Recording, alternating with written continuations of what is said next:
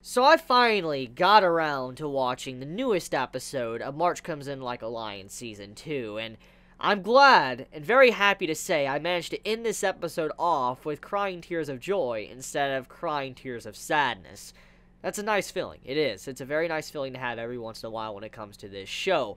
But to explain one quick thing before I go into the episode review, I'm very sorry for this March Comes In Like a Lion review being very delayed. I know it came out yesterday. I was a little bit busy. There was a lot of things to discuss, and I mean, just so many things I had to watch that I had to push this to the next day. And, you know, Sunday came around, I was like, oh crap, there's a Reverie stream I gotta do with a bunch of YouTubers. I was like, well, it looks like this is gonna be delayed even longer, which that can be said for, you know, the 7 Deadly Sins that came out to this, and then, you know, Kokuku, and then, you know, Gintama. I had to put those a little bit on delay because, you know, I was doing a stream today. So forgive me for that. Forgive me for the delay in this. I didn't drop it. Don't worry. I love this series too much. It's just, it gets me emotional. It makes me enjoy the roller coaster of emotions that it gives me. So don't worry. It's not getting dropped. I'm just making sure I clarify why it wasn't out yesterday.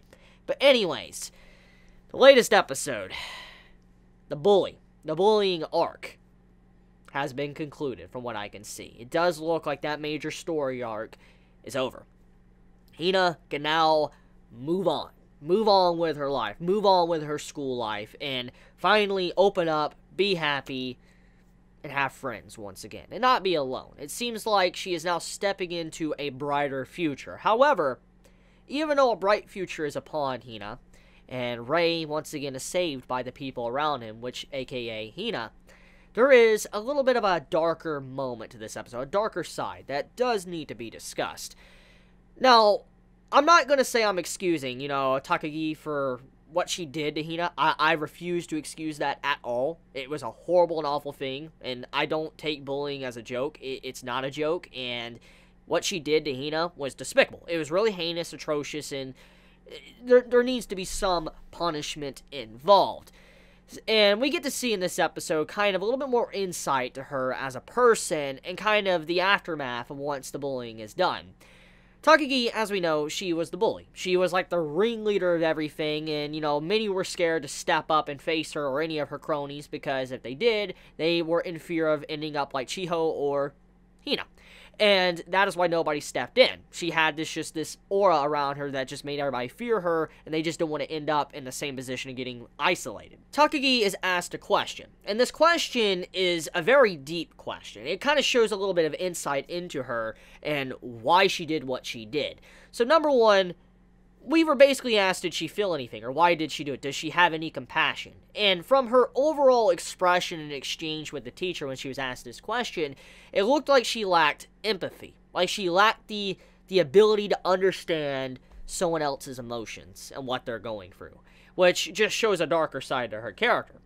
But to go a step further as well, she wanted to blame society and others around her for what she did. So effectively, she wanted to shift the blame. She didn't want to take responsibility for what she was doing, what she caused, and a teacher's mental breakdown. She didn't want to take any responsibility. She just was bringing up society and how it's pointless to do this if you don't end up in so-and-so, or, you know, you go to college, you study and all that, but you don't have a right job or a good job. I understand that viewpoint. It's an understandable viewpoint. However, she was blaming society and everyone else besides manning up or just taking responsibility and understanding that she was the one at fault. She had a decision to make, and she made that decision what she did. She is the one that caused everything, but she didn't want to take that responsibility. And on top of that, lacking empathy to where she can't even comprehend anyone else's feelings or what they were going through just shows the signs of a sociopath. That's what she looked like. After watching this episode, I can definitely say the writer of this series has a very good understanding of what bullying is and how people act or how they are and why they do certain things. And I want to take a nod here and just say the writer of this series has earned my respect.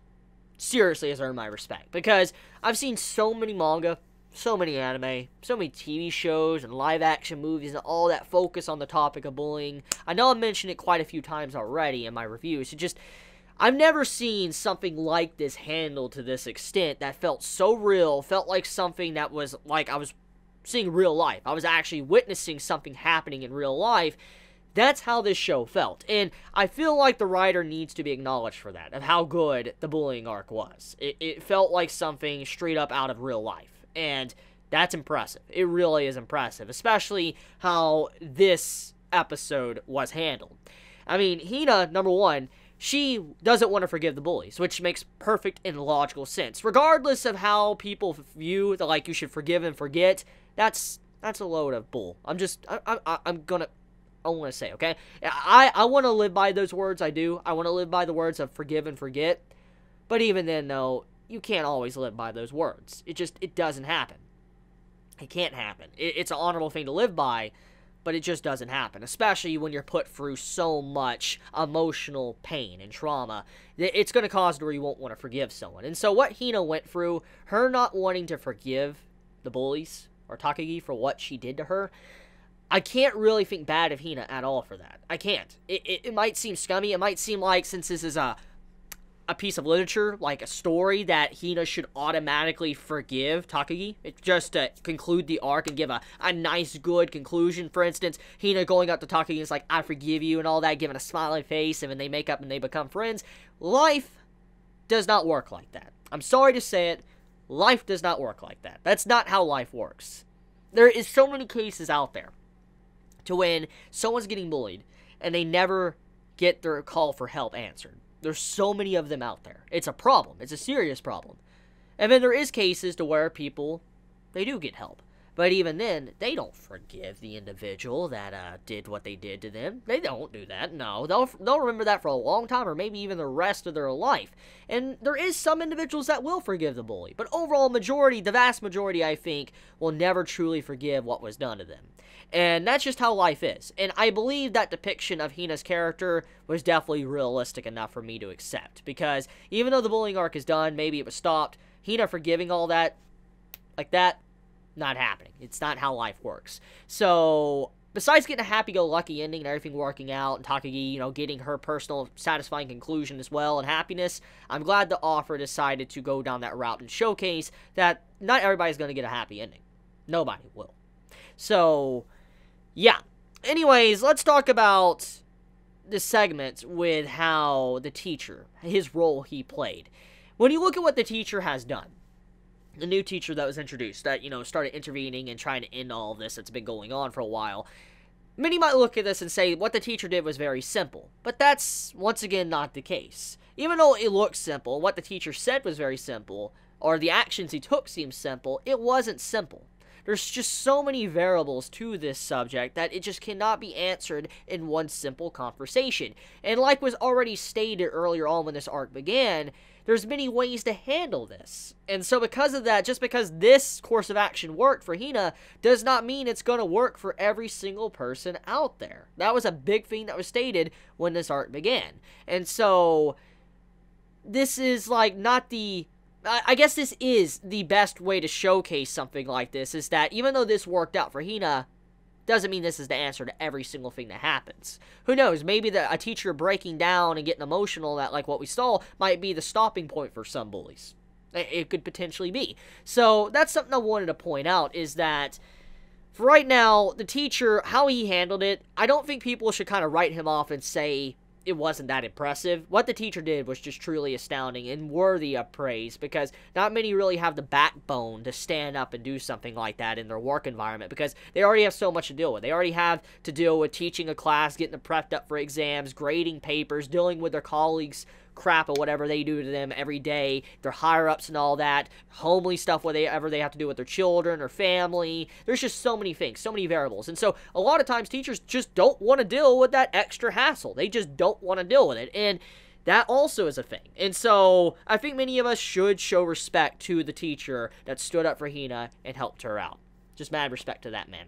So, next thing to talk about, I guess let's talk about the final part with Ray. So Ray, he thinks he didn't help Hina out at all. He believes that he wasn't really that helpful at all in the grand scheme of things. And in some ways, maybe he wasn't. But at the same time, that's not our that's not our job to really judge that, because the only person that could really weigh that is Hina as a person, because Hina, she was the one getting bullied, and while she was covered in darkness and just drowning below the ocean and all that, seeking for something to grab onto, Rei was that board. He was that float for Hina. Very similar to how Rei was holding on to Shogi for so long, so many years. That's what he was for Hina. He was that float. He was holding her up to where she didn't sink down and never resurface again.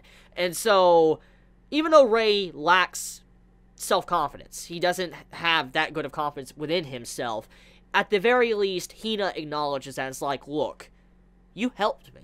You saved me.